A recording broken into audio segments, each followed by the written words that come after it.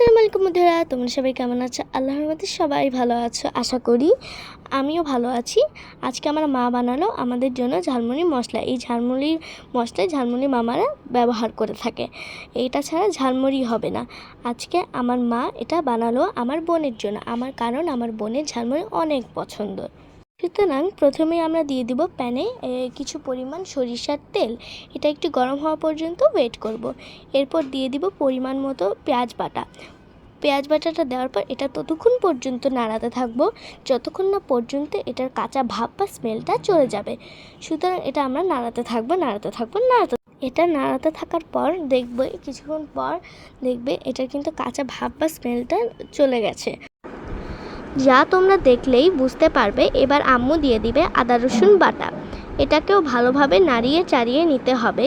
এটার কাঁচা ভাব বা স্মেলটা না থাকে তার জন্য এটাকেও ভালোভাবে নাড়িয়ে চাড়িয়ে নিতে হবে ভালোভাবে, যাতে এটার কোনো কাঁচা স্মেল বা ভাব না থাকতে পারে।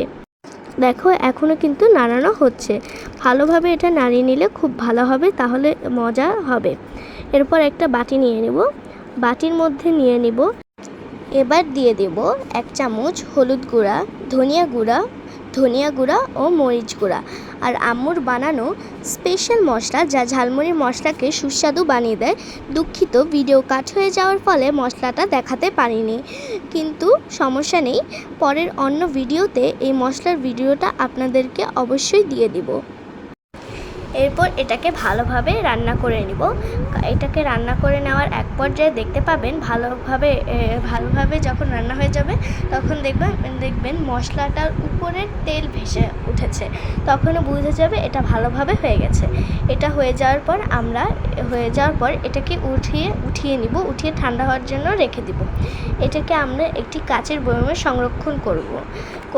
কাচের বয়ম সংরক্ষণের মাধ্যমে আমরা এটাকে ফ্রিজে নর্মালে রেখে 6 মাস এটা আমরা খেতে পারবো। তাই আমরা এটাকে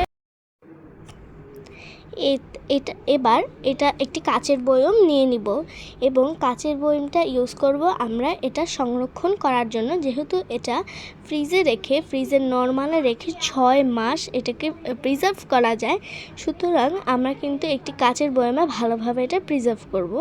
এটার পুরো অংশটা ভালো করে প্রিজার্ভ করতে হবে, যেহেতু এটা মশলাটা ব্যবহার হবে মুড়ির জন্য। সুতরাং এই পুরো মশলাটা আমরা একটি ভালো বড় দেখে একটি জার নিয়ে নিব। আপনারা কিন্তু আপনাদের প্রয়োজন মতো জারে ব্যবহার করবেন, অবশ্যই কাঁচের জারে ব্যবহার করবেন প্রিজার্ভ করার জন্য। আপনারা কিন্তু দেখতেই পাচ্ছেন আমার আম্মু এটাকে ভালোভাবে প্রিজার্ভ করার জন্য একটি কাচের বয়ম নিয়েছে এবং কাচের বয়মটাতে এটা ভালোভাবে পুরোটা ঢুকিয়ে দিচ্ছে, যাতে এটাকে প্রিজার্ভ করতে পারে আর আমরা যাতে এটা 6 মাস বা আরাম করে বসে খেতে পারি। এটা কিন্তু খুবই স্বাস্থ্যকর এবং ঘরে বানানো জিনিস এমনিতে খুব বেশি হাইজেনিক হয়, তাই এটা অনেক ভালো আর দেখতে অনেক সুস্বাদু হয়েছিল। আপনারা চেহারা দেখলেই বুঝতে পারবেন এটা দেখতে অনেক ভালো আর সুস্বাদু হয়েছিল।